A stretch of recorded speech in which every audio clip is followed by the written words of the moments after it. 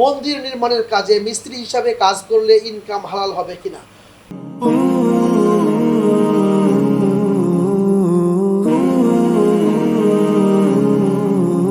মন্দির নির্মাণের কাজে মিস্ত্রি হিসাবে কাজ করলে ইনকাম হালাল হবে কিনা, এই ব্যাপারে দুটো মাসালা রয়েছে।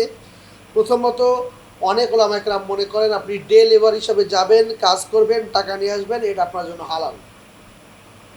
কিন্তু এটা হানাফি ফতোয়া, কিন্তু এটা হানাফি মাযহাবের ফতোয়া এইটা যে আপনি ডে লেবার হিসাবে আপনি জোন বিক্রি করতে যাচ্ছেন, আপনি যাবেন, কাজ করবেন, সন্ধ্যার সময় আপনার পারিশ্রমিক নিয়ে আপনি চলে আসবেন, এটা হালাল।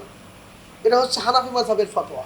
কিন্তু হাম্বলী উলামা ইকরামের ফতোয়া হচ্ছে, যেহেতু এটা একটা শিরক, আল্লাহ সুবহানাহু ওয়া তাআলার সঙ্গে শিরকের কাজের জন্য এই জায়গাটা নির্মাণ করা হচ্ছে, এটা আপনি অমুসলিমদের শিরকিয়াতের কাজের সহযোগিতা করতেছেন, সুতরাং এই কাজ হারাম।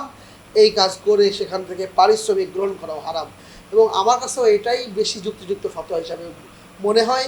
সুতরাং আমি আপনাদেরকে আহ্বান করব, চেষ্টা করবেন যথাসম্ভব অমুসলিমদের প্রার্থনার যে জিনিসগুলি, মন্দির, আপনার মূর্তি, গির্জা, প্যাগোডা, এই জিনিসগুলি বানিয়ে ইনকাম করে খাবেন, এই কাজগুলি থেকে দূরে থাকবেন। আল্লাহ রাব্বুল আলামিন এই নিকৃষ্ট কাজগুলি থেকে আমাদেরকে হেফাজত করুন।